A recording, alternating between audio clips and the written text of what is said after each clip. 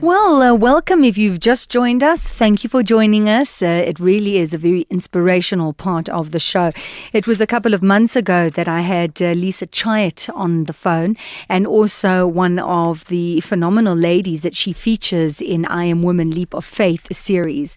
And Lisa was just outlining what the I Am Woman Leap of Faith series is all about. It's a program on SABC3, and it really just looks at women's journeys and how through challenges there has been a point, a time during a challenge when that person has taken a leap of faith and things have turned around. Changes have been dramatic. Incidentally, it is still on SABC3 and you can catch it. I think it's 9 o'clock on a Sunday morning, and there's a repeat on a Monday morning as well. And our next guest, who is on the line right now, South African writer, poet, social commentator, a creative coach, a teacher, Sindiwe Magona is on the line, and I know that Sindiwe was on the show yesterday, and she's very kindly decided to take some time out to share her story and her journey with us. Sindiwe, good morning, and thank you for spending time with us this morning. Good morning, and thank you, for having me. Sindiwe, you have such a wonderful story, and I'm looking so forward to finding out more, because I think it is so incredibly inspirational, and inspiring stories are so needed in our world today. But when did I'd like to know, Lisa Chayat, when did she approach you to be a part of her I Am Woman Leap of Faith series? It is not so long ago that Lisa approached me. What month is it now? July? Yes. June. Either end of May, June. It has all happened so rather fast. And when she first approached you, were you happy to share your story with people? I was very happy because I've already done it. I've done the sharing in writing, and this is just another way of doing it. And another thing that made me happy is because it was not immediate. It was going to be sometime like later in the year, but then somebody dropped out and I became immediate. Wonderful. So let's talk about your stories, Sindiwe. You go back to the age of 23 when you turned around and you said, at 23, you felt like a has-been. Now, what did you mean by that? In our culture, children are very valued, loved. But you dare not be the woman who has the children or the child and then not have a husband attached. Yeah. And at the tender age of 23, I had done all that already. I was expecting my third child, and husband had walked out, and I was what we call in Xhosa, umabuye kwendeni, a returnee from wifehood. And there is no more demeaning term that can be applied to a woman.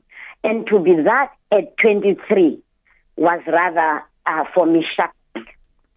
So there you were, 23, you had 2 kids, you were pregnant with your third, you had no husband, and but you did have you had a teaching degree. I was not a citizen in the country. I could not apply for any assistance from the government. And what made it worse is that I was the hope of my family. I was the first in the family, in my family to graduate with anything.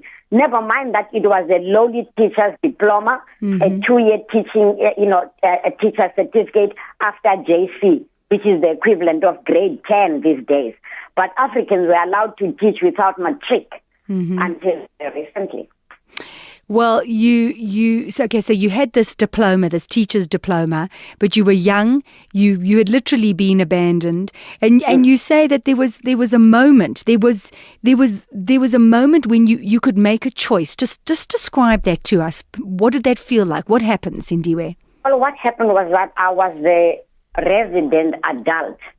My mom was back in the Eastern Cape at her dying father's deathbed, at her father's deathbed. My father had lost his job, and in desperation taken a job on a ship going to Tristan da Cunha. Not that he can swim or anything like that, but he was the galley boy on this ship. And I was left with my siblings, all 5 of them, my 3 kids. And my mom had left us with some, money and food, but everything had run out, and there I was utterly destitute. And I grew up poor, but we were never destitute. And I felt such a failure. The sense of responsibility and the inability to meet the challenge, I just didn't know. And the one saving thing is that I had the grace to pretend to the kids that something was happening. I boiled a whole pot of water, peppering it and salting it and stirring it, and alternatively pumping the primer stove and lowering them. There was nothing in that pot. And one by one, the kids fell asleep. Oh, no. Terrible to endure that. But I felt like a piece of dirt. But at least I staved the tears. And the fear of the young. They went to bed with hope. But there was nothing there. Absolutely nothing. So what happened? Well, I wanted to kill myself. I vaguely, but I did feel like, just end it. Something will happen, to make it better.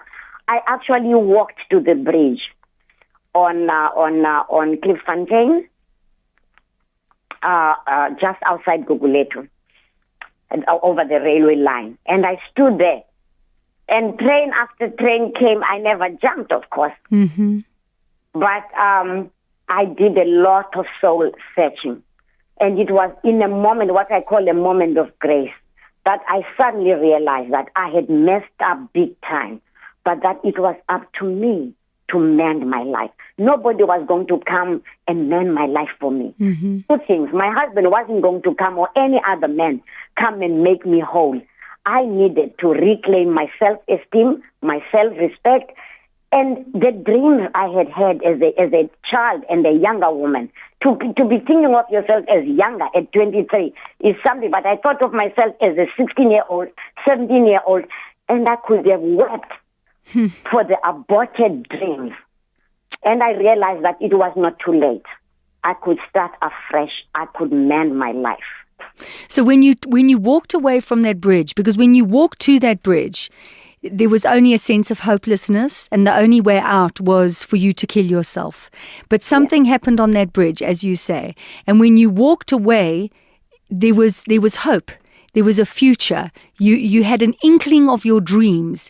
But how did you pull yourself out of a situation where you were sitting with a pot of hot water because you had no food to actually cook for your children? What did you do, Sindiwe, to pull yourself out of that desperate situation? First of all, I remembered my father's words that in the house of God is never locked. We lock churches these days, but way back then we didn't lock churches. I went back to church. I hadn't been to church for so long. I walked back. I went there. I didn't know what I was going to do. I walked in. I sat, and then I found myself kneeling and weeping. The faces of my parents, my siblings, my children, and all these people I had grown up knowing loved me unconditionally. What would it mean for them, for me to kill myself? And I was saved from that.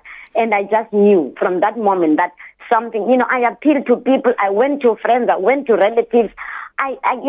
There's a family in Guguletu just around the corner, the Gobodos. They helped. There was my mother's, youthful, friend when they were in school in Langa. I went to these women, Umachangisa, and they helped until mother came. And I began to think of things I could do myself. I baked, fed cook. I cooked sheep heads. I scrubbed and cooked those things, those bloody things, into edible things.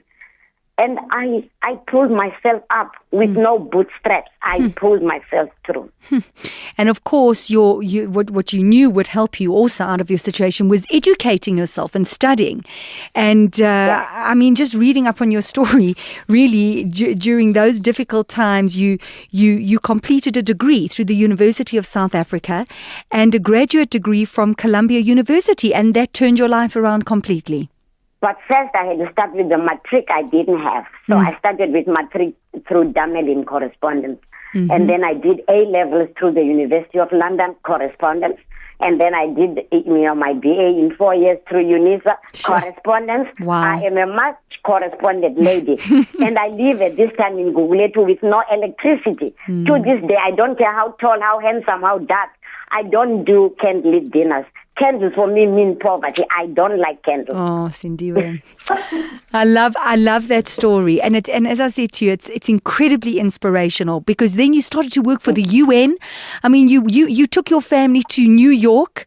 That must have been fantastic. I was there while I was in Colombia. I got a part-time job at the UN. And then I applied for the job when it was advertised. I came back, and 9 months later, I got the job. I got the call, and like a mother cat, I scooped up my 3 kids and we ran to New York.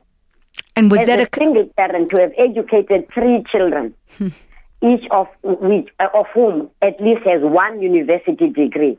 I think this shows me and everybody listening, it is doable. You just have to focus on a dream and look at the steps you must walk and have the courage to walk them. People look at me and think I was brave to have done that. Yes, maybe, but if you look at what is the alternative, it's either you get an education. Look at everybody, and I'm not laughing at people with no education. I always say to young people, look at the people who didn't get an education. You think they are living easy lives? Hard to get an education, but let me tell you something. It's harder not to get it. You are condemning yourself to a life of drudgery. Because it was your education that, as you say, that got you out of everything. So when you look, Sindiwe, today at the state of education in South Africa, we have the story of the Limpopo textbooks. I could weep because there is only one certain way of getting out of poverty. It is doable. But for poor kids, the only sure way is really through education. There isn't any other, not with certainty. The only way to claw your way out of poverty through education. You today are an accomplished author. You're a poet. You continue with your wonderful work. Do you feel that you have a role to play in South Africans changing their perception about educating their youth here in this country? Are you going to be playing an important role? Is it a mission for you? That's one of the reasons I chose repatriation upon retirement. I felt, even if I do nothing, for a child who looks like me, to look at a grandmother like me, who has a master's from Colombia, from the kind of parents I had, not educated, neither one of my parents had the standard 6 certificate. It gives the child hope. I'm a role model to the millions of African children in this country who are born of poor parentage, for them to realize that you may be born in poverty, you are not cemented to poverty. Even if I should do nothing else, just as a living example, but hopefully I could do more. And Sindiwe, when the film crew came along to film your particular series, I'm Woman, Leap of Faith, was it difficult for you to be telling your story? You know, once you were on camera, was it a good experience for you? It was a good experience, and I had telephone calls, friends asking me, family. My sister wept because nobody, even in my biography, this is something I think I have shut off from myself. I have never spoken about the suicide attempt, never until now. Sure. So in fitting to the whole theme, which is I Am Woman, Leap of Faith, there was a leap. There was an absolute leap for you when you stood on that bridge. And it was, ironically, my leap of faith was not leaping off that bridge. Yes. It was leaping into your dream, into a sense of hope. Leaping back into my dream. Oh, Sindiwe, you are a wonderful, wonderful inspiration. Truly you are. And for our listeners who want to know more, you can go to the website, the I Am Woman series website, and you can actually watch it, and you can see Sindiwe, and you can listen to her words. Sindiwe, you have such an important message because of your journey, because of what you've overcome. And I do hope that you will be able to positively affect so many of our youth in this country who, as you say, with an education, they have a chance. Thank you for having me on your program. Program like yours helps spread the word. It's lovely, Sindiwe, and thank you so much for your time. Take care. Thank you. Thank you. Bye-bye. Sindiwe Magona, and a South African writer, a poet, social commentator. Just to give you an idea of some of the books that she has written, Forced to Grow, Mother to Mother, To My Children's Children, Please Take Photographs. And as I said, she was on this SABC3 series, I Am Woman, Leap of Faith, with Lisa Chiat, who goes around and looks at these women. And this is someone who had nothing. She had no money. She had no food. She had 3 children. There was no hope. And the only thing she wanted to do was to end her life. And today, as she says, she has a master's from Columbia. She worked in the UN overseas. She's an accomplished author. And it's all through education. Incredibly inspiring. You can go to the website, I Am Woman Series. So it's all one word, IamWomanSeries.com. And if you want to be inspired, go and look at some of the programs. Go and look at what some women have done. There has been one moment, when they've taken a leap of faith and they have changed their lives forever.